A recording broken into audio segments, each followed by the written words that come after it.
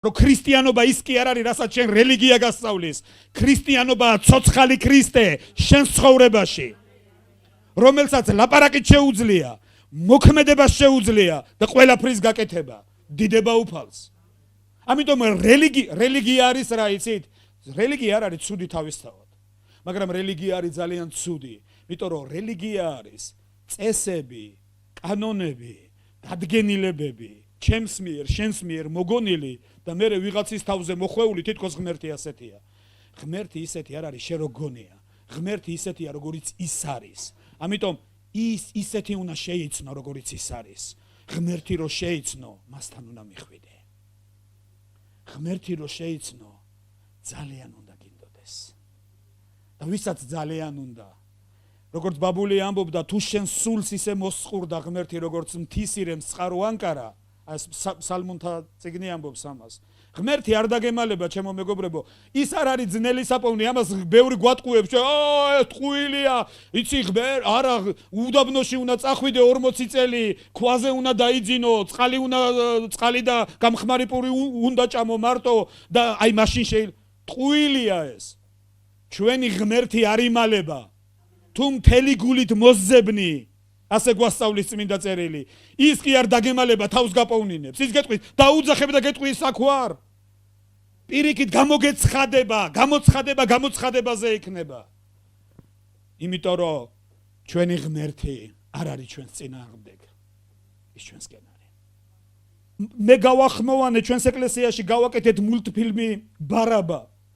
ბარაბაზე გადმოცემა ამბობს, ხო იცით ვინ იყო ბარაბა? ბარაბა იყო ის, ვინც ქრისტეს ნაცვლად ჯვარს აწვეს. გახსოვთ? ისა ბარაბას ნაცვლად ქრისტე აწვეს ჯვარს, ბოდიშით მე პირიქით თქვი.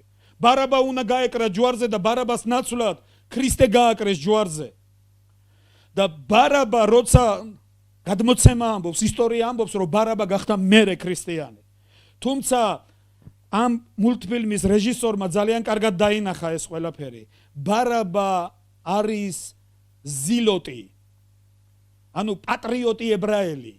ბარაბა იბრძვის რომაელების წინააღმდეგ. ბარაბას აქვს შეხედულება ღმერთზე ისეთი, რომელიც ტრადიციულად აქვს ადამიანებს.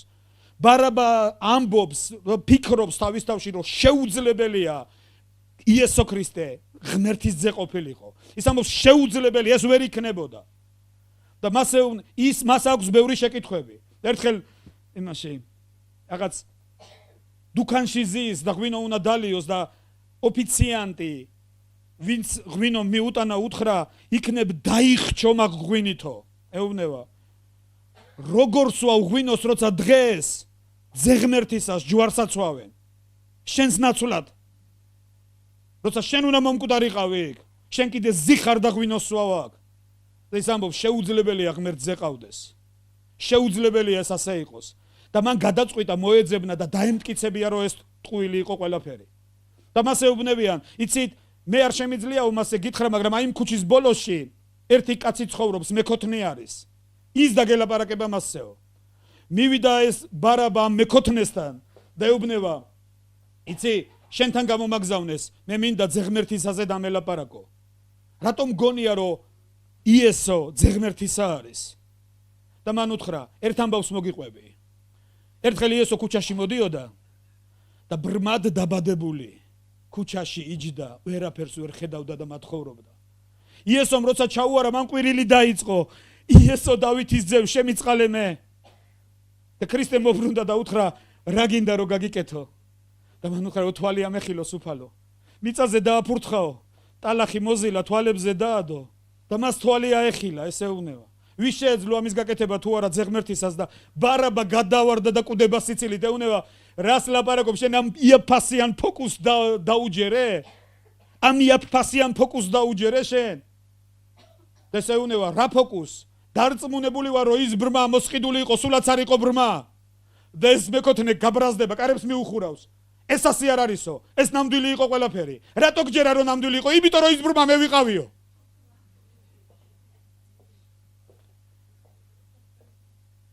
იმიტომ რომ ის ბრმა მე ვიყავი. ჩემო მეგობრებო, ეს სულაც არ მინდა ეხლა რაღაც ემოციური ფონი შევქმნა. მაგრამ ის ბრმა მე ვიყავი. ის ბრმა შენ იყავი. რო არ ყოფილიყო ის რო არ შეხებოდა ჩვენ ცხოვრებას. მთელი ჩვენი ცხოვრება იმ სიბრმავეში ვიცხოვრებდით. გვექნებოდა ჩვენი წარმოდგენები, ჩვენი შეხედულებები, ჩვენი წარმოსახვები. გვექნებოდა ეს შეხედულებები მთელი ჩვენი ცხოვრება.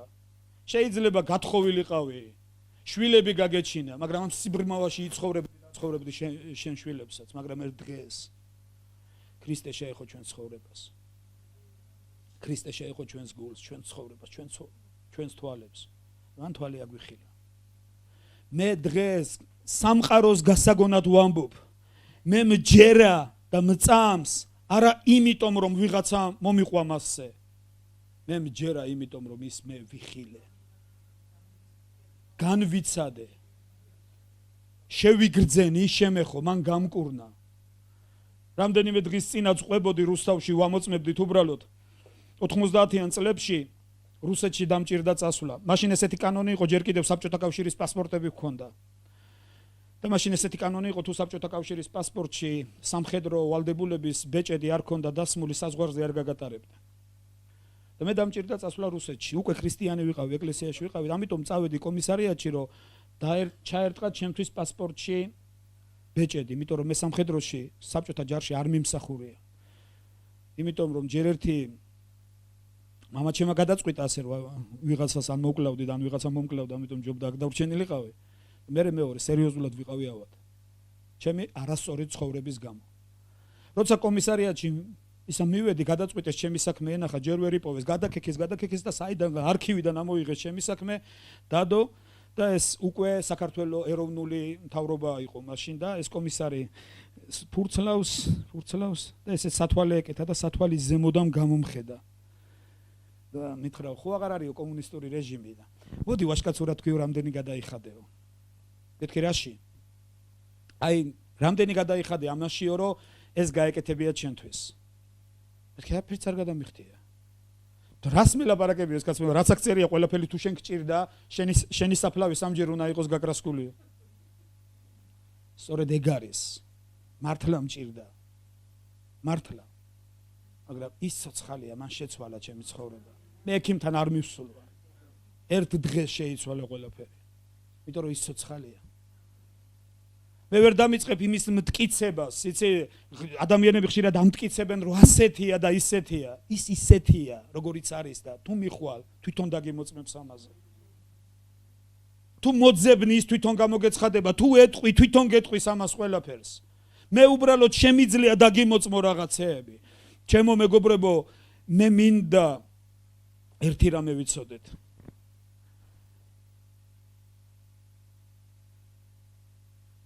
წმენა მარად ცოცხალისა, ყველაფერს სulies. დღეს ძალიან ბევრი ადამიანი გამოხატავს მას ჯვარცმულს, ძალიან ბევრი გამოხატავს მას, იცი, ჩემ წარმოდგენაში, როცა უყურებდი ყველა ამ გამოხატულებას, ყველა ამ სურათს, ყველა ხატს, როცა ამას უყურებდი, ამის შემხედვარე იცი, როგორი ასოციაცია მეუფლებოდა, იცი, რომ იმას ჩემი დახმარება, ისეთი გამოხატულება ისა ქონდა ხოლმე ყველა ამ სურათზე, რომ საწყარს მოერივნენ დაჩაგრეს და ჩემი დახმარება ჭირდებოდა. მეგობრებო, ის მეფეა. ის უფალთუფალია. ის ყოვლის შემძლე, მას ყველაფერი შეუძლია, შენ ცხოვრებაში და ჩემ ცხოვრებაში. უბრალოდ ის მას ერთი რამე სჭირდება, შენი თანხმობა. შენი თანხმობა. მას არ ჭირდება შენი დახმარება, იცი, როცა ჩვენ შესაწირავზე ვლაპარაკობთ, შენ მგონია რომ მას შენი შესაწირავი ჭირდება. შესაწირავი ეს გზა არის. გზა არის იმისა, რომ მისი კურთხევები და მისი ნება შენ ცხოვრებაში ეს არის ერთ-ერთი გამოხატულება შენი რწმენის და შენი მორჩილების. მე შესაწირავს მიტო კი არ ვდებ, რომ ეს მას სჭირდება. შესაწირავს მიტო ვდებ, რომ შესაწირავის დროს მე ღმერთს ვეუნევი. მე მჯერა, მე მწამ შენი სიტყვის. მე მწამ შენი სიტყვის. მიათეც იმიტომ ვიძლევი, რომ მე ვეუბნები ღმერთს, მე მწამ შენი სიტყვის. მე ჩემ ცხოვრებაში ვლაპარაკობს, მე მწამს ღმერთო. იცით, თუ გახსოვთ მარკოზის სახარების მე-9 თავის მე-7 მუხლში გადმოცემული ამბავი, როცა უტყვის სულით შეპყრობილის მამამ უთხრა იესოს მწამს. მერე უნდა უშველე ჩემს ურწმუნოებას. იცი რატო იყო ის? მას სწამდა, იმიტომ რომ ჭირდებოდა. თუმცა არ სწამდა ისე როგორც საჭირო იყო. გასაგებია, უნდა მწამს, იმიტომ რომ ჭირდებოდა. მაგრამ სინამდვილეში ურწმუნოებაში ცხოვრობდა, ეუნება უშველე ჩემს ურწმუნოებას. მინდა რომ წამდეს, მაგრამ ვერა. უშველე ჩემს ურწმუნოებას. თუ გახსოვთ რა უთხრა იესო მიაიროს, მხოლოდ ირწმუნე, იცოცხლებს. თუ გახსოვთ რა უთხრა იესო მართას, ლაზარეს დას, თუ ირწმუნებ, ღმერთის დიდებას იხილავ. ცუთი სოფელი ამბობს, რომ თუ დავინახავ ვირწმუნებ. რწმენა ამბობს და წმინდა წერილი ამბობს, რომ თუ ირწმუნებ, დაინახავ დიდება უფალს. იცი ხშირად მიმტკიცებენ ხოლმე თეოლოგიურ დისპუტებში. წყალს წაუღია ყველა თეოლოგია. მე ცოცხალი ღმერთი მინდა მწამდეს. ეს ყველაზე დიდი თეოლოგია. მე არა ვარ თეოლოგიის მოწინააღმდეგე პირიქით. ძალიან მიყვარს, როცა ცოცხალი ღმერთის მოძღვრებას გადმოცემენ სწორად. მაგრამ სამწუხაროდ თუ დააკვირდებით ქვეყნიერებას, რაც მეტად ანვითარებენ ამ ეგრეთ წოდებულ თეოლოგიას, მით უფრო შორდებიან ღმერთს. მით უფრო შორეული ხდება ის ჩვენგან, მიუწნობელი, ჩაკეტილი, რომელსაც ვერ მიუახლოვდები, რომელსაც ვერ შეიცნობ, რომელიც სასტიკია, დამსჯელია და მეტი არაფერი. ჩემი ღმერთი არ არის დამსჯელი. ჩემი ღმერთი ცოცხალი სიყვარულია. დიდება უფალს. იმიტომ რომ ყველა ცდილობდა გავესამართლებიე, მარტო მან მითხრა, რომ უყვარვარ. დიდება ღმერთს. ადამიანებს მარტო გასამართლება შეუდე დიახაც, მაგრამ ის არ ამბობს ასე არასდროს. ავაზაკი ჯვარზე, რომელსაც ერთი სიკეთეც კი არ ქონდა, ალბათ ისა ცხოვრებაში გაკეთებული. რომელიც მიხვდა, რომ იმისთვის დაისაჯა, რაც ისა ცხოვრებაში ქონდა გაკეთებული, მაგრამ იესო ქრისტეს მისთვის არ უთქვავს, დიახაც იმას იღებ და ღირსი ხარ, დიახ. იესომ უთხრა, ჭეშმარიტად გეუნები შენ დღესვე, ჩემთან იქნები სამოთხეში. მე არ ვიცი, არ ვფიქრობდი, რომ ამაზე ვილაპარაკებდი დღეს. მაგრამ ერთი რაღაცა ვიცი, დრო და დრო საჭიროა, ხშირად განაახლო შენი აღთქმები. ეს ყველას მოსმენილი გაქვთ ალბათ 1000 ჯერ. თქვენ ცხოვრებაში გაქვთ განცდილი, მაგრამ ხშირად ამ ცხოვრების სიმძიმე გვაიძულებს დავივიწყოთ ის ხალასი სიყვარული, რაც ქრისტესგან განგვიცდია და მეგვიღია. და ხშირად ჩვენ ამ რელიგიურ ერთფეროვნებაში, ნაცრისფერ რელიგიაში ვერთვებით ხოლმე. ხშირად ჩვენ იგივე რაღაცას უწყობთ ფეხს და უამრავი ეჭვი და უამრავი კითხვის ნიშანი იბადება ხოლმე ჩვენ ცხოვრებაში. ეს გამხნევებისთვის და შეხსენებისთვის, ჩემო მეგობრებო, დიდება უფალს. გასაგებია? ძალიან ბევრი ადამიანი სვავს ხოლმე შეკითხვას. იცით, რა არის ეს ყველაფერი, რატომ არის ეს ყველაფერი? ეს ყველაფერი არის იმიტომ, რომ ჩვენი ცოცხალი ღმერთი იყოს განდიდებული. იმიტომ რომ ემჯერა ყველა სრულყოფილი ნიჭი ჩვენი ცოცხალი ღმერთისგან ჩამოდის. ღმერთმა მისცა ადამიანს მუსიკის ნიჭი და ეს ნიჭი მას უნდა მოემსახუროს. ღმერთმა მისცა ადამიანებს მუსიკალური ინსტრუმენტების შექმნის ნიჭი, ეს ნიჭი მას უნდა მოემსახუროს. ღმერთმა მისცა ადამიანებს ხატვის ნიჭი, ეს ნიჭი მას უნდა მოემსახუროს. ყველაფერი რაც ღმერთისგან ჩამოვიდა და რომელთა წერილი გვასწავლის ამას. ყოველივე მისაგან, მის მიერ და მის მიმართ უნდა იყოს. ყოველივე მისაგან და მის მიერ. იცი, ადამიანები ცხოვრობენ მისაგან, მის მიერ ჩემთვის. ჩვენ კი რწმენა გვავალდებულებს. მისაგან არის, მის მიერ არის, მის მიმართ უნდა იყოს ყველაფერი. მის სახელს უნდა ადიდებდეს ყველაფერი. დღეს დილით ისევ ვკითხულობდი ლუკას სახარების მე-12 თავს და დღეს ამაზე ვილაპარაკებ ცოტას. ლუკას სახარების მე-12 თავში იესო ქრისტე ამბობს, შეხედეთო ველი შროშანებს. ისინი არც ხნავენ, არც მკიან, არც ქსოვენ, არც რთავენ, არც კერავენ, მაგრამ სოლომონიც კი თავის დიდებაში არ შემოსილაო ისე, როგორც ერთი ველი შროშანია შემოსილი. გასაგებია, ამას სხვადასხვა ინტერპრეტაცია აქვს, მაგრამ მე როცა ახალი მორწმუნე ვიყავი, გამიჩნდა კითხვა, რით ჯობია ველი შროშანი სოლომონს? აი ეს კითხვა გამიჩნდა. რატომ უპირატესობს ველი შროშანი სოლომონზე? სოლომონი ხო ყველაზე ცნობილი მეფე იყო. სოლომონი ხო ბრძენი იყო. სოლომონის დროს ხო ოქროს ხანა იყო ისრაელში და ქვასა და ვერცხლს ერთი ფასი ქონდა. რატომ ჯობია ველი შროშანი სოლომონს? რატომ თქვა იესომ რომ სოლომონიც კი არ შემოსილაო ველი შროშანივით? რით არის ველი შროშანი უფრო კარგად შემოსილი სოლომონზე? ბევრი ძიების შემდეგ ჩემს საკუთარ თავში მივხვდი. როდის მე გინახავთ ველი შროშანი უკმაყოფილო. ეს არის ცხოვრება? ველი შროშანი რო ამბობდეს. ამისთვის ვიდექი იმ წვიმაში და ქარში. ეს უნდა ყოფილიყო ჩემ ცხოვრებაში? ასეთი მანქანით უნდა მევლო? ეს უნდა მქონდეს ხელფასი? გინახავთ ასეთი ველი შროშანი? ველი შროშანი იზრდება ხშირად პაპანაკება სიცხეში. მაგრამ მაინც თავისი სილამაზით ღმერთს ადიდებს, თავის ფერებით. გასაგებია? ყველა ქმნილება ღმერთს ადიდებს. ერთი ადამიანია რომელიც წუწუნებს და ბუზღუნებს მთელი თავის ცხოვრება. ამიტომ არის ველი შროშანი აღმატებული სოლომონზე, იმიტომ რომ ის იბადება და კვდება იმისთვის რომ ღმერთი გამდიდდეს. გასაგებია? ველი შროშანი აღმოცენდება, ყვავილს გაშლის და ეს ღმერთს ადიდებს, მერე ის გახმება და ჩალად იქცევა. მაგრამ თავის სიცოცხლეში ის მხოლოდ ღმერთს ადიდებს. ჩემო მეგობარო, ერთი რამე გახსოვდეს, ჩვენი დანიშნულება დაბადებიდან გარდაცვალებამდე სწორედ ეს არის, რომ ღმერთი იყოს გამდიდებული ჩვენ ცხოვრებაში. პირველი ტიმოთეს მე-6 თავის მე-6 მუხლი. დაიმახსოვრეთ ეს მუხლი. დიადი შენაძენია კმაყოფილება ღვთისმოსაობასთან ერთად. დიადი შენაძენია. დიდება უფალს. იმიტომ რომ მე-5 მუხლი ამბობს, რომ ზოგიერთო ღვთისმოსაობა მოსაგები რა მგონიაო. ანგარება. ღვთისმოსაობა ზოგიერთს მოსახვეჭელი რა მეგონია.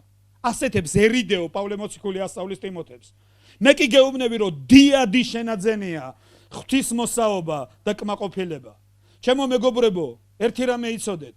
ჩვენ ხშირად ვამბობთ რომ ვიმე ერთხელ ერთ პიროვნებას ველაპარაკებოდი, უცხოელი იყო ჩამოსული. სადილზე დავპატიჟე და უხსნი რომ ჩვენ ქვეყანაში გაჭირვება არის. ეს კაცი უყურებდა სუფრას. მე უხსნი რომ ჩვენ ქვეყანაში გაჭირვება. და მან თქვა, არასოდეს არ თქვა ეს სიტყვა. იმიტომ რომ ის კი არა რაც ამ სუფრაზეა. ის თქვენ რასაც ყოველდღიურად თქვენ მიირთმევთ სახლში. ინდოეთში მაგალითად ადამიანები კვდებიან, იბადებიან და კვდებიან ისე რომ სიზმარშიდაც კი ვერ ნახავენო მაგ საჭმელს. არა თუ როდის მე გასინჯავენ. ადამიანები იბადებიან და კვდებიან ისე რომ სიზმარშიდაც კი ვერ ნახავენ იგივეს, რაც თქვენ ყოველდღიურად მიირთმევთ სახლში. არ თქვა რომ გაჭირვებული ხარ. იმიტომ რომ გუშინ ხაშურში ვამბობდი ამას, დაიმახსოვრეთ ეს მუხლიც, მეორე პეტრეს პირველი თავის მესამე მუხლი. მოდი გადავშალოთ. შეგვიძლია წავიკითხოთ უშუალოდ წმინდა წერილში. მეორე პეტრეს პირველი თავის მესამე მუხლი. ისე როგორც მისმა ღვთაებრივმა ძალამ მოგვანიჭა ყოველივე, რაც სიცოცხლისა და ღვთისმოსაობისათვის გვჭირდება. მისი შემეცნებით, ვინც მოგვიწოდა თავისი დიდებისა და სათნოებაში. დიდება უფალს. რა წერია? მისმა ღვთაებრივმა ძალამ მოგვანიჭა რა ზოგიერთი? ყველაფერიო ასე წერია. ჩვენ ყველაფერი მოცემული გვაქვს. დიადი შენაძენია კმაყოფილება, როცა იტყვი რომ მადლობა ღმერთო. მადლობა ღმერთო. მადლობა ღმერთო. იმიტომ რომ შენ ყველაფერი მოცემული გაქვს ჩემთვის. მადლობა რომ ჯანმრთელი ვარ. მადლობა რომ ცოცხალი ვარ. მადლობა ღმერთო. თუ დაუძლურდები კიდეც. იცი, საერთოდ ერთი არის ოცნება, რაც უნდა ატარო გულში. არის ოცნება, რაც უნდა ატარო გულში. იცით, რომაელების წერილი ამბობს, რომ რაც რწმენით არ არის, ყველაფერი ცოდვა. მეთანხმებით? აი რწმენით რაღა არის. საჭიროა რწმენით შეხედო საკითხებს და არა გრძნობით. და კარგად გაიგეთ ეს სიტყვა, რასაც გეუნევით. რას ნიშნავს რწმენით უყურო საკითხებს? რა არის რწმენა? ეს ძალიან ხშირად გვაქვს ეკლესიაში ნათქვამი. რწმენა არის მტკიცე დარწმუნება იმაში, ებრაელების მე-11 თავის პირველი მუხლი. იცი, კარგია მოგიწოდებთ ყველას. ილაპარაკოთ წმინდა წერილის საფუძველზე. წმინდა წერილი ამბობს, ებრაელთა წერილი 11 თავის პირველი მუხლი. ხოლო რწმენა არის მტკიცე დარწმუნება იმაში, რაზედაც ვიმედოვნებთ, დადასტურება იმისა, რასაც ვერ ვხედავ. მეთანხმები? ანუ რწმენა არის მტკიცე დარწმუნება იმაში, რისი იმედიც გაქვს, რისი იმედი მაქვს. იმედი საიდან იბადება? წმინდა წერილი ამბობს, რომ იმედს ჩვენში ქმნის თვითონ წმინდა წერილი. იმიტომ რომ რო წავიკითხე, ამან ჩემში წარმოშვა იმედი. და რწმენა, ასევე წმინდა წერილი ამბობს, რომ რწმენა არის მტკიცე დარწმუნება იმაში, რაზედაც ვიმედოვნებ, დადასტურება იმისა, რაც არ ჩანს. რაც ჯერ არ ჩანს, ეს სულაც არ ნიშნავს, რომ არ არსებობს. დროის საკითხია. იმიტომ რომ ღმერთში დრო არ არის. რაც დღეს ჩვენთვის არ ჩანს, მან ეს იცის. ის ამას რეალურად ხედავს. გასაგებია? მან იცის ჩვენი ხვალინდელი დღე. ღმერთმა თქვა იერემიას წინასწარმეტყველებაში, რომ მე მაქვს თქვენთვის განზრახვებიო. სასიკეთო განზრახვები. დიდება უფალს. მას აქვს ჩვენთვის. იმიტომ რომ ღმერთი არ არის ჩვენს წინააღმდეგი. რომელთა წერილი ამბობს, რა რწმენით არ არის. რწმენით რაღა არის. საჭიროა შენ ცხოვრებას იმ რეალობაში კი არ უყურო, რასაც ქვეყნიერება გთავაზობს. საჭიროა შენ ცხოვრებას უყურო რწმენის სათვალით. რწმენის პრიზმაში უნდა უყურო შენ ცხოვრებას. გასაგებია? იმიტომ რომ ქვეყნიერება გეტყვის, გამოსავალი აღარ არსებობსო. ღმერთი იტყვის, მხოლოდ ირწმუნე, მის დიდებას იხილავ. ქვეყნიერებამ ლაზარეს ლოდი მიაგორა, ხო გახსოვთ? მიაგორა ლოდი და თქვა, всё, მორჩა ყველაფერი, დამთავრდა. იესო მოვიდა და თქვა, გადააგორეთ ლოდიო. და უმტკიცებდნენ უფალო, რას ამბობ, უკვე ყარს. სხვადასხვა ერთი რამე იცოდეთ. შეიძლება ვაზვიადებდი მაშინ. მაგრამ ეხლა მჯერა რომ კი არ ვაზვიადებდი, მართლა ესე იყო. ჩემ ცხოვრებაზე მე თვითონ მქონდა ლოდი მიგორებული. მე თვითონ ფიქრობდი, რომ არაფერი არ გამოვიდოდა. იმიტომ რომ ერთი ანდაზა აღსრულდა ჩემ ცხოვრებაში, საითაც გავიქეცი, იქით წავიქეციო. გახსოვთ? მოგისმენიათ ეს ანდაზა? მართლა საითაც გავიქეცი, იქით წავიქეცი. რა ოცნებაც გქონდა, ყველაფერი დამენგრა. და ამიტომ ჩავთვალე, რომ ყველაფერი დამთავრდა. ჩავთვალე, რომ ყველაფერი დამთავრდა. მივაგორე ლოდი ჩემ ცხოვრებას. ერთში ვნახულობდი ნუგესს. გათენდებოდა ვფიქრობდი, სად გამეტარებია დრო, დაღამდებოდა ვფიქრობდი, სად ამეძინა. მეტი არაფერი. ეს მიზანი მქონდა მარტო. ამით ცხოვრობდი. და საერთოდ ღმერთმა იცის და ვის დაუმალ ვფიქრობდი, ცოლი რა და უნდა მოვიყვანო. ვინ გავაუბედურო? არ მყოფნის ჩემი თავი რომ მყავს გაუბედურებული. ეხლა კიდე ვინ გავაუბედურო დამატებით. როცა შენ ვიღაცამ ლოდი მოგაგორა. მამაჩემთან როცა მივიდნენ და უთხრეს რომ ჩემზე უთხრეს რომ მორწმუნე გახდაო. მოიცაო რა, მალე ვნახაო რომ მოიტანს ისა 4 კაციო და ჭიშკარზე გადმოაგდებს მაღლიდანო. ანუ მთრალს მოიტანებენ სახში. იმდენად წარმოუდგენელი იყო მათთვის ეს ყველაფერი. ლაზარე მკვდარი იყო, 4 დღის მკვდარი. იესოს უმტკიცებდნენ რომ ყარს უფალო. არაფერი არ გამოვა მაგისგან. არა იესომ თქვა, გადააგორეთ ლოდი. როცა ლოდი გადააგორეს, მან თქვა ლაზარე გამოდი. გამოვიდა მიცვალებული, სუდარაში გახვეული. იესომ თქვა, გაუშვით, გახსენით იაროს თავისუფლებაზე. დიდება უფალს. წმინდა წერილი არ ამბობს, რომ ჩვენ განვიკურნებით, წმინდა წერილი ამბობს, რომ ჩვენ იესო ქრისტეს ჭრილობებში განკურნებულები ვართ, ეხლა უკვე დიდება უფალს. რა თქმა უნდა არ აი ეს არის რწმენით შეხედვა საკითხებზე. გრძნობებზე манипулირება ეშმაკს შეუძლია, აბა რო გტკივა, იმიტომ გტკივა, რომ ეშმაკს უნდა ეს ღმერთის საჩუქარი გოლგოთის ჯვრით უზრუნველყოფილი წაგართვას და წაიღოს შენგან. ერთი პატარა გამოცხადება მქონდა ადრე ამ საკითხზე. ეკლესიაში და თქვი, წარმოიდგინე მიხვედი სახში და ვიღაცა დაგხვდა შენ სახში. ზის ყავას მიირთმევს. ეკითხები ვინ ხარ? ის გემო შენ თვითონ ვინ ხარ? როგორ ვინ ვარ? მე ჩემ სახში მოვედი. არა, ეს სახლი ჩემია. შენ როგორ მოიქცევი? ეტყვი, უი ბოდიში შემეშალაო და გამობრუნდები? მე დარწმუნებული ვარ. მოიტან საბუთებს. გაიქცევი სასამართლოში, გამოუძახებ პატრულს და დაუმტკიცებ, აჩვენებ, რომ ეს სახლი ჩემია. საჯარო რეესტრში ჩემზეა გაფორმებული.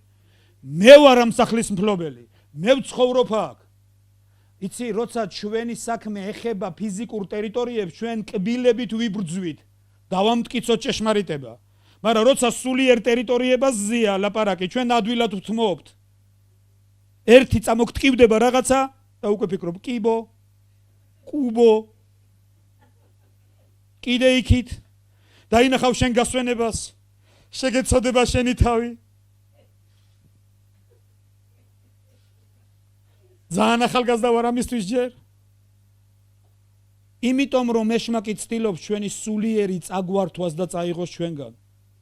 და დაგიტოვოს წმინდა წერილი, ამოიღოს წმინდა წერილიდან ზებუნებრივი, ამოიღოს წმინდა წერილიდან ღმერთი და დაგიტოვოს გაუმჯობესებული მორალის სიგნი. მეტი არაფერი. იცი, დღეს რო შეხედო ადამიანებს, ვინც ეგრეთ წოდებული მორწმუნეები არიან, ნებისმიერ ურწმუნოს შეუძლია ასე ცხოვრება. ხანდახან წადი ეკლესიაში სანთელი დაანთე, იწვალე, აი შერეკილები რო არის ფილმი. როგორ კარგად უხსნიან ერთაოს ბრეგვაძეს რა არის ცხოვრება. მამა შენი მოკვდა გადმოგაბარა ვალები, შენ მოკვდები გადააბარებ შენ შვილებს, ისინი კიდე თავის შვილებს და ვიცხოვრებთ ასე, სიამტკბილობით. მაგრამ მეგობრებო, ეს არ არის ცხოვრება. ღმერთი არის ცოცხალი და მან ყველა ჩვენი ვალი დაასრულა. ღმერთი არის ცოცხალი და თუ მე მწამს რომ მასთან ერთად, როგორც ამას წმინდა წერილი ამბობს, ჯვარს ეცვა ჩემი ძველი კაცი,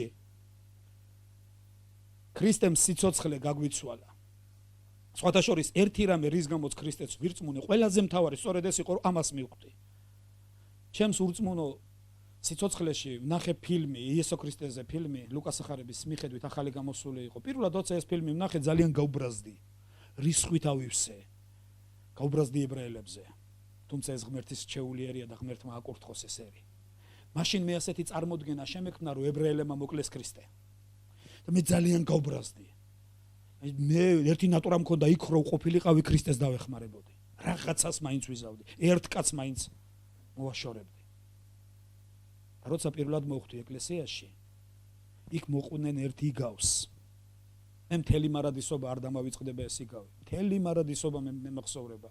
სწორედ ამ იგავმა ამიხილა თვალები და დამანახარა გააკეთა ქრისტემ ჩემს ცხოვრებაში. ერთი ახალგაზრდა ბიჭი იყო, პატარა ესეთი. და ის მოყვა, რა გააკეთა ქრისტემ ჩვენთვის, იგავით მოყვა ამას. წარმოიდგინე, ერთ ქალაქში ცხოვრობდა ერთი მოხუცებული ქალი. ხანში შესული ქალი, რომელსაც თავის უკვე ხანში შესულს ერთადერთი შვილი გაუჩნდა, ქმარი გარდაეცვალა, დარჩა მარტოხელა და მთელი თავისი ცხოვრება მიუძღვნა ამ ბავშვს, ამ ბიჭს. აი ქართველები რო ვიტყვით ხომ პირიდან ლუკმას იძრობდაო და თავის შვილს არაკლებდა არაფერს. როცა ეს ბიჭი გაიზარდა, მან მიატოვა თავისი დედა. ერთხელაც არ დაინტერესებულა თუ მას რამე ჭირდებოდა. საერთოდ მიატოვა, წავიდა ბოროტმოქმედი გახდა. მან ბევრი ბოროტება ჩაედინა. კაცი მოკლა, ოჯახი ამოწყვიტა, ვიღაცა გაძარცვა, რა ვიცი, უამრავი ბოროტი, ის გახდა ძალიან ცნობილი და საშინელი ბოროტმოქმედი. ამ ქალაქში იყო ესეთი წესი, როცა ბოროტმოქმედს დაიჭერდნენ, ეწყობოდა ქალაქის სასამართლო, სახალხო სასამართლო. გამოიყვანდნენ ქალაქის ცენტრში, დასვავდნენ, უსმენდნენ მოწმეებს. ხალხი მოდიოდა და ამოწმებდა, ამან ეს გააკეთა, ამან ეს გააკეთა. შემდეგ ქალაქი იღებდა გადაწყვეტილებას. გამოუტანდა სასჯელს. და როცა სასჯელს გამოუტანდნენ, ამ ქალაქში იყო თურმე ორი მთა, ერთ მთაზე იყო სასაკლაო, მეორე მთაზე იყო სამრეკლო. იმისთვის რომ ღვთის წინაშე მართლმსაჯულება აღსრულებულიყო, სამრეკლოზე ზარი უნდა დარეკილიყო 12 ჯერ. და ამ დროს სიკვდილ მისჯილს, ვისაც ქალაქმა სიკვდილი გამოუტანა განაჩენი, მოკვეთდნენ თავს გილიოტინაზე. ეს ერთ დღეს ეს ბიჭი დაიჭირეს. მოიყვანეს ქალაქის სასამართლოზე. მთელმა ქალაქმა გამოვიდა და ყველა მოწმობდა, ყველა ამბობდა, რომ ის ღირსი იყო სიკვდილის. ამბობდნენ, რეები ქონდა ჩადენილი, ყველაფერი სიმართლე იყო, მართლა ქონდა ჩადენილი. და ქალაქმა თქვა ამ კაცზე, რომ ეგ ღირსია სიკვდილის. წაიყვანეს ეს ახალგაზრდა კაცი. აიყვანეს ამ მთაზე, სადაც გილიოტინა იყო. და ელოდებიან ახლა, ზარი უნდა დაირეკოს 12 ჯერ. და ამ დროს ამ მოხუცებულ საწყალ ქალთან, რომელიც ორი ჯოხით ძლივს გადაადგილდებოდა, მიირბინა ვიღაცამ და უთხრა, დღეს ზარი რო 12 ჯერ დაირეკება, შენ შვილს თავს მოკვეთავე. იმიტომ რომ ის ღირსია სიკვდილის. და ეს საწყალი მოხუცებული ქალია ორი ჯოხით მიდის თავის სახლიდან რომ როგორმე თავის შვილს დაეხმაროს. რა უნდა გააკეთოს? ქალაქს ვერ დაუპირისპირდება. ესენი აიყვანეს თურმე ახალგაზრდა კაცი და დაადებინეს თავი ამ გილიოტინაზე და ელოდებიან ახლა როდის დაირეკება ზარი 12 ჯერ. გავიდა დრო. გავიდა 1 საათი ზარი არ ირეკება. მეორე საათი ზარი არ ირეკება. მესამე ზარი არ ირეკება. წავიდნენ რომ როგორმე გაეგოთ რატო არ დაირეკა ზარი, რა მოხდა. და როცა მიდიოდნენ იმ მთისკენ ის ზარის დამრეკი ნათეს ეძახიან. გზაში შემოხვდათ და ეს ზარის დამრეკი არის თურმე ყრუმუნჯი. და ხელების ჟესტების ენით აუხსნეს რატო არ დარეკე ზარი. ეს ეუბნება მე დავრეკე ზარიო. მე დავრეკე ზარი. როგორ დარეკე ხმა არ გაგვიგონია. ეს კაცი მე დავრეკე ზარი. წავიდნენ გაიქცნენ. ავიდნენ სამრეკლოზე და ნახეს. ეს საწყალი ქალი სხვა რო ვერაფერი ვერ მოიფიქრა. თურმე სამრეკლოზე აფოფხდა. და ზარში ჩადო ხელები. უზარმაზარი დიდი ზარი იყო, რო ხმა არ გასულიყო. და ეს 12 დარტყმა საკუთარ მაჯებზე მიიღო. სულ დაჩეჩქვილი ქონდა ხელებიო. ვენებიდან უკვე სისხლის დიოდა და სისხლისგან იცლებოდა და ბოლო სიტყვა ამ ქალისა იყო, როცა უთხრეს ეს რაქენი. მან თქვა, ჩემს შვილს ხო ეკუთვნის სიკვდილი. და უთხრეს, კი, ის ღირსია. მე ხო არ მეკუთვნის სიკვდილი. ასე შენ არა, მე მოვკვდები ჩემი შვილის მაგივრად და იმან ჩემს მაგივრად იცოცხლოს. მეგობრებო, ერთი რამე იცოდეთ, როცა ჯვარცმულ ქრისტეს უყურებთ, ის იცოდეთ, მას არ ეკუთვნოდა სიკვდილი. რწმენის ფუნდამენტი და რწმენის საფუძველი ეს არის. მას არ ეკუთვნოდა სიკვდილი. ის ჩემს ნაცვლად მოკვდა. მე ვიყავი ღირსი ამის. იმიტომ რომ ძალიან ბევრი უღირსი რაღაცა მქონდა ჩადენილი ცხოვრებაში. ჩემ ცხოვრებაში არასდროს არ მიხსენებია ღმერთი. მანამდე საერთოდ არ მწამდა ღმერთი. მორწმუნეებს დავცინოდი. მე ვამბობდი რომ თუ 9 მილიმეტრებით გაზომეს ისა კოსმოსი და ღმერთი ვერ იპოვეს. ქრისტე მზად იყო ჩემს ნაცვლად მომკვდარიყო. წმინდა წერილი ამბობს რომ მასთან ერთად ჯვარს ეცვა ჩემი ძველი კაცი, მან სიცოცხლე გამიცვალა ჯვარზე. დიდება უფალს. და დღეს მავალდებულებს არსებობს ესეთი სიტყვა მორალი.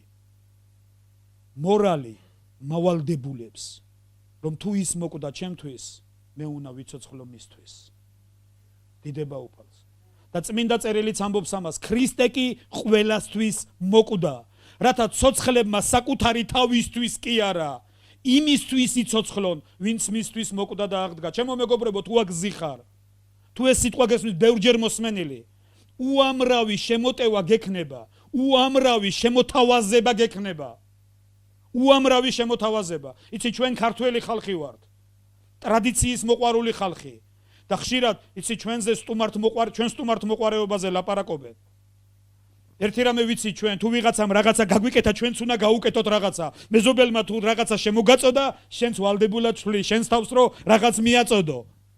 თუ ვიღაცამ პატივი ქცა, ჩვენ ხშირად ვამბობთ, რომ დასაფლავება თუ ქორწილი ჩვენთვის სესხი და ვალია.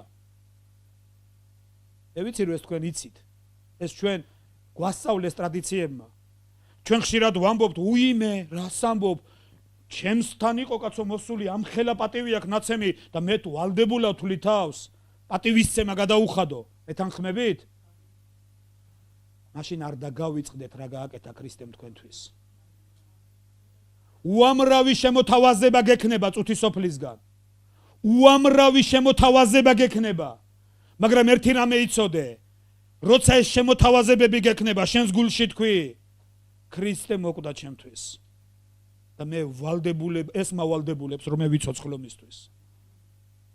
მე მავალდებულებს ეს მორალი, სინდისი, მავალდებულებს რომ ქრისტე მოკვდა ჩემთვის და მე უნდა ვიცოცხლო მისთვის. პავლე მოციქული ამბობს გალატელების 2:20 მუხლში, მე აღარ ვცოცხლობ. ქრისტე ცოცხლობს ჩემში და თუ ახლა ცოცხალი ვარ, ვცოცხლობ ღვთისძეში რწმენით, რომელმაც შემიყვარა და თავი გასწირა ჩემთვისო. დიდება უფალს. ქრისტიანობის ფუნდამენტი ის კი არ არის, რომ რამდენი ხნის რელიგია გწამს. ქრისტიანობის ფუნდამენტი ის არის, რომ დაიჯერო, ირწმუნო, შეიცნო, განიცადო რომ ქრისტე მოკვდა შენს ნაცვლად და მან სრულყოფილად გადაიხადა ფასი შენი ცოდვებისთვის. დიდება ჩვენს უფალს. ამინ. ასე რომ მე მინდა კვლავ და კვლავ იმ მარტივ ჭეშმარიტებებთან და მე ახლა რთულ რელიგიაზე არ ვლაპარაკობ. ძალიან მარტივ რაღაცებს ვლაპარაკობ. მაგრამ ეს იმდენად მარტივია, რომ ძალიან ბევრ ადამიანს არ ესმის. გასაგებია? ქრისტიანობა არ არის რაღაცა ჩახლართული, twins რო გადაგინასკვავს. რაღაც მოძღვრება. ქრისტიანობა არის ჭეშმარიტება. მარტივი ჭეშმარიტება. სიცოცხლე სხვისი სიცოცხლით. ეს თქვა პავლე მოციქულმა. მე აღარ ვცოცხლობ. ქრისტე ცოცხლობს ჩემში. და თუ ახლა ცოცხალი ვარ, ეს არ არის ჩემი სიცოცხლე. იმიტომ რომ ეს რო ჩემი სიცოცხლე იყოს, იმ კომისარის არ იყოს ჩემი საფლავი სამჯერ უნდა იყოს გაკრასკული. მაგრამ ეს აღარ არის ჩემი სიცოცხლე. ეს ქრისტეს სიცოცხლეა. ეს აღარ არის ჩემი ხელები. იცი, განა ღმერთმა კი არ წამართვა, მაგრამ სინდისი და მორალი მავალდებულებს თქვა, როგორც რომაელთა წერილი ამბობს, უძღვენითო თქვენი თავი, როგორც მკვდრეთით გაცოცხლებული და თქვენი ასუები სიმართლის იარაღად. ეს ხელები არ არის მკვლელობისთვის. ეს იმისთვის არის, რომ ღმერთს ემსახურო. ეს ფეხები არ არის იმისთვის, რომ მრუშობის გზაზე ვიარო. ეს არის იმისთვის, რომ როგორც წმინდა წერილი ამბობს, რა კარგიაო მშვიდობის מחარებელთა ფეხები. დიდება უფალს. გასაგებია? იცით, წმინდა წერილი ამბობს, რომ გამოსცადეთო ყველა სული. პირველი იოანეს წერილი, მეორე თავი. მეოთხე თავი, ბოდიშით. გამოსცადეთ ყველა სულიო. ყოველი სული, რომელიც აღიარებს, რომ ქრისტე იყო ხორციელად მოსული დედამიწაზე, ღმერთისგან არისო. ყოველი სული, რომელიც არ აღიარებს ხორციელად მოსულ ქრისტეს, ღმერთისგან არ არისო. იცით, დღეს ყველა აღიარებს, რომ ქრისტე ღმერთისგან იყო მოსული. ესე ყველა ღმერთისგან არის? არა. აქ იცი რაზეა? ღმერთს სხეული, იესო ქრისტეს ჰქონდა პირველ საუკუნეში სხეული. და ეს იესოს სხეული იყო. მაგრამ დღეს მისი სხეული აიაგერძის. რწმენის ფუნდამენტი ის არის, როცა იტყვი, რომ ეს ხელები ქრისტეს ხელებია. მე მინდა რომ ეს ხელები ქრისტემ გამოიყენოს. მე მინდა ეს ბაგე ქრისტემ გამოიყენოს. მე მინდა ეს სხეული, ეს გული და როცა ეტყვი ღმერთო, თუ შენ გინდა გამომიყენე. სადაც მეტყვი გამაგზავნე. რასაც მეტყვი გავაკეთებ. აი ეს არის ქრისტეს სხეული. იცით, დღეს ადამიანები ლაპარაკობენ, რომ ეკლესიაა ქრისტეს სხეული. თუმცა ეკლესიაში ძალიან ცოტა ფიქრობს გამოადგეს ღმერთს. და ის გააკეთოს, რასაც ღმერთი ეუნება. დღეს ხშირად ჩვენ გონია, რომ ვიღაცა ცოდვილს რო ცხვირპირს დაულეწავ, ამით გონია, რომ რწმენას ვიცავ, ქრისტიანობას ვიცავ, მართლმადიდებლობას ვიცავ. რწმენას დაცვა არ ჭირდება, რწმენა აქეთ დაგიცავს. ღმერთს დაცვა არ ჭირდება, ღმერთს ჩვენი დაცვა შეუძლია. ღმერთს ერთი რამე ჭირდება, კონკრეტულ სიტუაციაში მოусმინო და ის გააკეთო, რასაც ღმერთი გეუბნება. ცოდვილის ცხვირპირის დანგრევა ყველას შეუძლია, მაგრამ განკურნება მისი მხოლოდ ღმერთს შეუძლია. ღმერთს შეუძლია და ღმერთისაგან აძრულ რწმენას. დიდება უფალს. იცი, ჩვენ შემოვივლით ქვეყნიერებას, როგორმე ვიღაცას უკადაგოთ. და მე ბრაზდებით, რატო არავის უნდა მოსმენა? იმიტომ რომ ჩვენ ხშირად არ შეგვიძლია ღმერთი ვაჩვენოთ მათ. თუ აღამატებულ ღმერთს ვაჩვენებთ, მაშინ ყველა მიხვდება. მაშინ ყველა გაიგებს. ქრისტემ თქვა ერთი რაღაცა, თუ წუთი სოფელი დაინახავს, რომ ერთმანეთი გიყვართ, მაშინ ირწმუნებენო ისინი. დიდება უფალს. ჩემო მეგობრებო, დღეს რა მინდა რომ გითხრათ? სხვა თემაზე უნდა მელაპარაკა დღეს. მე მინდოდა გამეგრძელებია ის, რაც წინამსახურებაზე დავიწყეთ. წინამსახურებაზე ჩვენ თქვით იგავებიდან ყველა შენს გზაზე შეეცადე მის შეცნობას და ის მოგისწორებს სავალბილიკებს. ეს რას ნიშნავს? ყოველდღიურობაში იფიქრი ამაზე. როგორი არის ის, რა უნდა მას ჩემს ცხოვრებაში? ნუ ჩასვავ ღმერთს ყუთში. ნუ იტყვი რომ ის ასეთია და ასეთი არ არის. იმიტომ რომ ის ისეთია როგორიც არის. ისი ლუკას ახარების მე-12 თავში იესომ თქვა შეხედეთო ყორნებს. ისინი არც თესავენ, არც ხნავენ, არც ბეღლები აქვთ, მაგრამ ღმერთი ზრუნავს მათსეო. ნუ თუ ბეღურაზე დიდი არ ახართო მცირედ მორწმუნეო. და ღმერთს არ შეუძლია შენზე იზრუნდოთ. და იესომ თქვა, ნუ ზრუნავთ რით შეიმოსო და რა ჭამოთ. ბევრმა ჩა, რა კარგია ეს ცხოვრება. შენ თუ თანახმახარ ბეღურასავით იცხოვრო, პრობლემა არ არის. საჭმლის მოპოვება თუ არის შენი მთავარი მიზანი, პრობლემა არ არის, ღმერთს შეუძლია ეს ამით უზრუნველ გყოს. მაგრამ იესომ თქვა, როცა თქვა მან ნუ ზრუნავთ, ასის კი არ უთქვია არ იმუშაოთო. ღმერთმა თქვა, რომ ეს არ უნდა გახდეს პრიორიტეტი.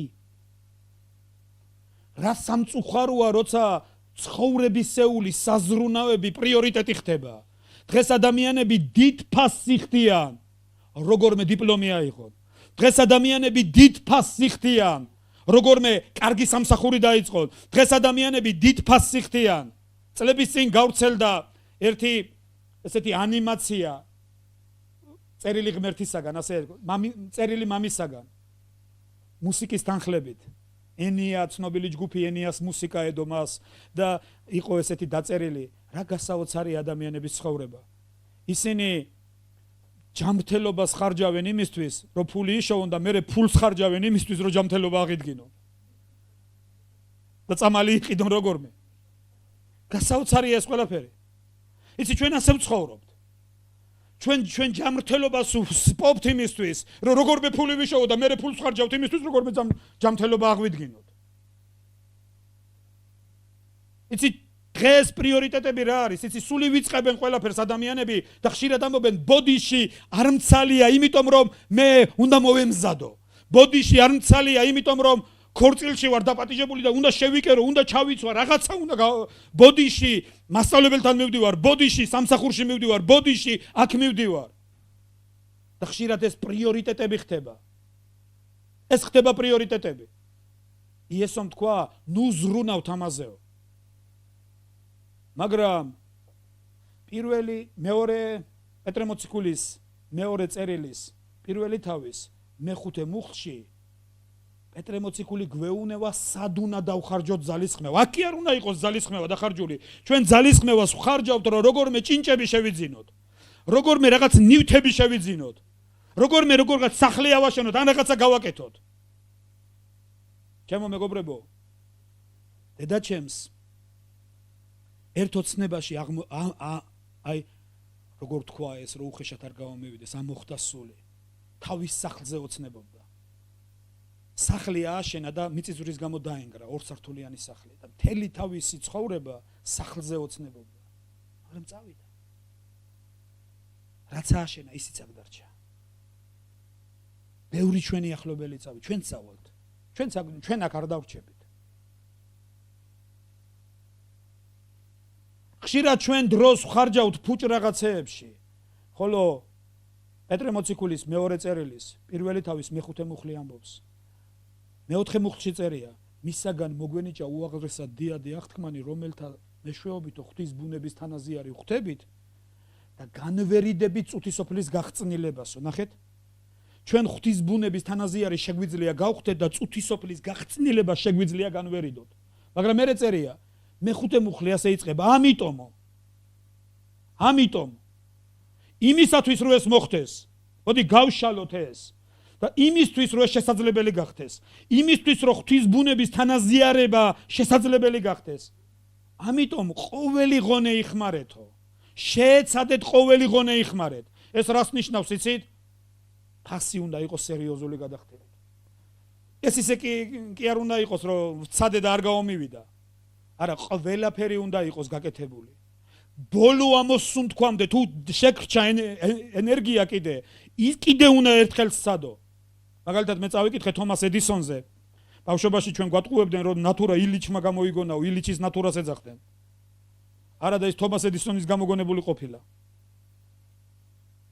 თომას ედისონი წერდა, იმისთვის რომ ნატურა გამომეგონებინა, 999,000 და მარცხით დამთავრდა.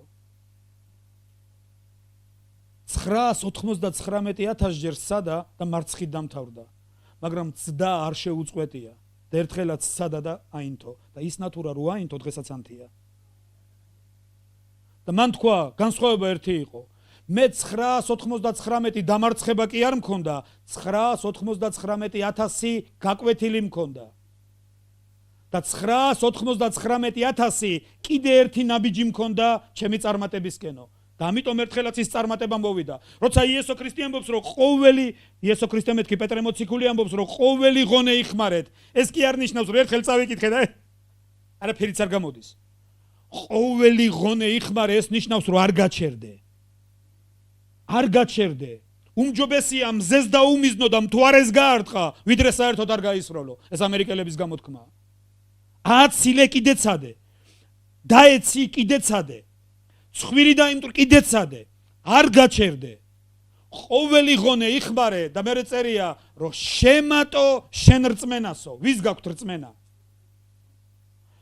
კითხვა მინდა, როგორია თქვენი რწმენა? აი ეს არის მთავარი კითხვა. ის კი არა რწმენა გაქვთ, რწმენა ყველას აქვს. რწმენა ყველას აქვს. ურწმუნო ადამიანები არ არსებობენ, რწმენა ყველას აქვს, მაგრამ როგორია შენი რწმენა, ჩემო მეგობარო? როგორია შენი რწმენა? აი ეს არის მთავარი. იაკობი ამბობს, რომ განა ამ რწმენას შეუძლია მისი გადარჩენა. შეუძლია შენ რწმენა, შენი გადარჩენა. გეუბნებით. აი ეს კითხვა დასვი ხშირად. და პეტრე მოციქული გვასწავლის, როგორ გახდეს ჩვენი რწმენა მოქმედი. ის ამბობს, ამისათვის ყოველი ღონე იხმარე.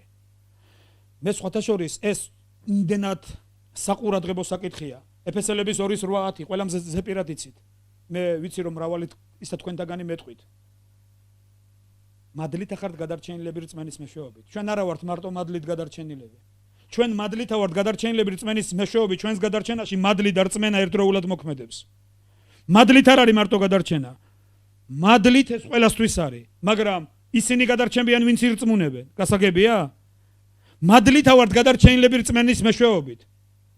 და ამიტომ ეს რწმენა რო გადამრჩენი აღმოჩნდეს და ჩვენი გადარჩენა რეალური გახდეს.